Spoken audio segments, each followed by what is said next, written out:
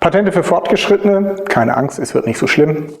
Hier erfährst du 6 Kriterien. Ja, wenn du diese erfüllst, erhältst du ein erteiltes Patent. Am Ende des Videos findest du noch Tipps und Ratschläge, damit es auch auf jeden Fall gut klappt. Und ansonsten viel Spaß.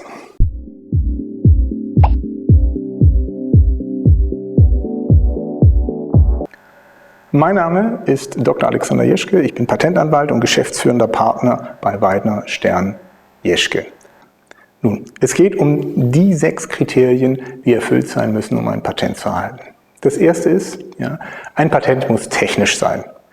Technisch bedeutet, es können Maschinen sein, Getriebe, chemische Stoffe, auch pharmazeutisch nutzbare Stoffe. All das kann patentiert werden.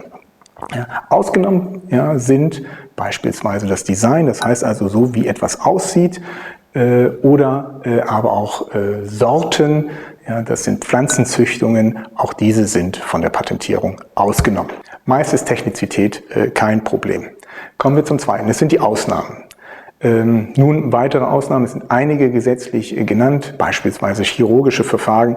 Man möchte eigentlich nicht, dass ein Chirurg, nur weil er weiß, wie er einen bestimmten Schnitt oder eine bestimmte Naht machen soll, dann ein Schutzrecht haben sollte, das anderen das verbietet. Das ist, finde ich, auch relativ vernünftig und auch angemessen. Auch verboten sind gentechnische Veränderungen, die auf die Keimbahn beispielsweise eines Säuglings oder so etwas zugreifen. Also auch in diesem Themenbereich kann es einige Schwierigkeiten geben.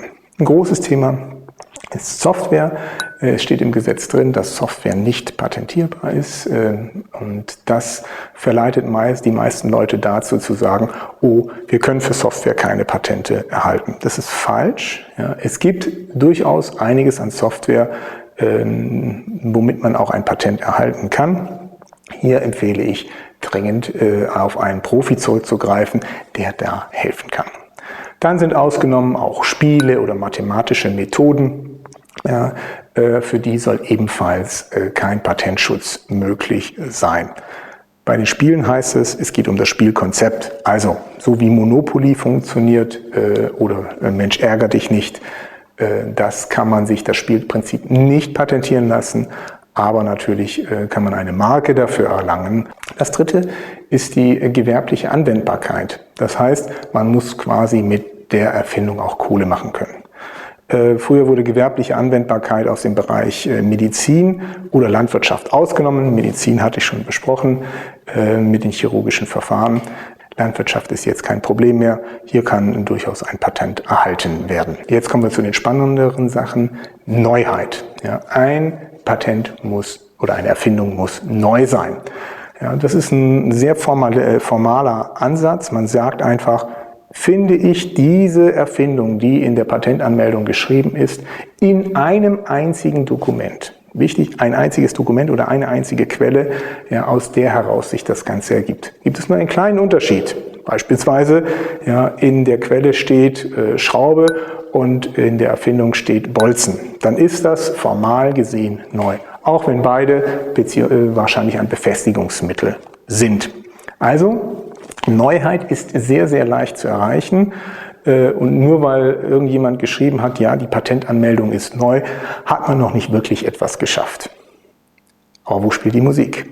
Die Musik spielt bei der erfinderischen Tätigkeit.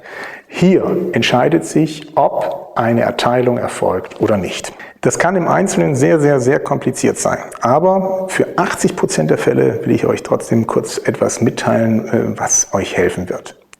Geht also hin, wenn ihr aus 2 Dokumenten, die man nebeneinander legt und die beide zusammen liest, nicht auf die Erfindung schließen kann, ist das ein starker Indikator dafür, dass ein Patent vorliegt.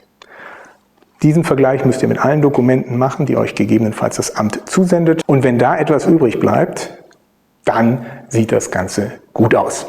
Im Zweifel zieht einfach ein Profi hinzu, der wird euch sicherlich helfen können. Und das letzte Merkmal, das 6., ist in diesem Fall die sogenannte Ausführbarkeit. Eine Erfindung muss ausführbar sein.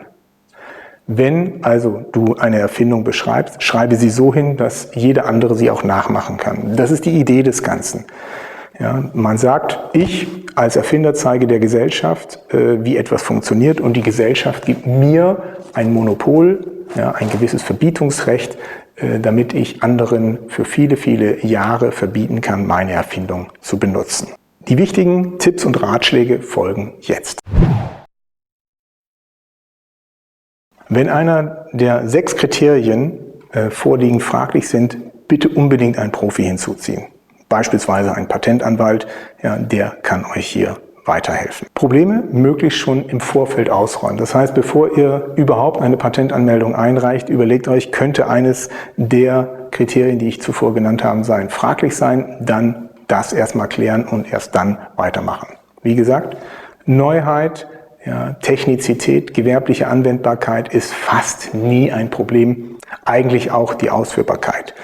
Die Musik spielt bei der erfinderischen Tätigkeit, und hier ist einfach der Tipp, ja, 2 Dokumente zusammenschauen. Wenn man daraus die Erfindung nicht herauslesen kann, dann dürfte es sich um eine Erfindung handeln. Also wenn ihr noch weitere Fragen habt oder wenn euch bestimmte Themen interessiert, dann schreibt sie ins Bemerkungsfeld. Ich werde mich darum kümmern. Ansonsten Daumen hoch, abonniert den Kanal und weitere Informationen findet ihr hier.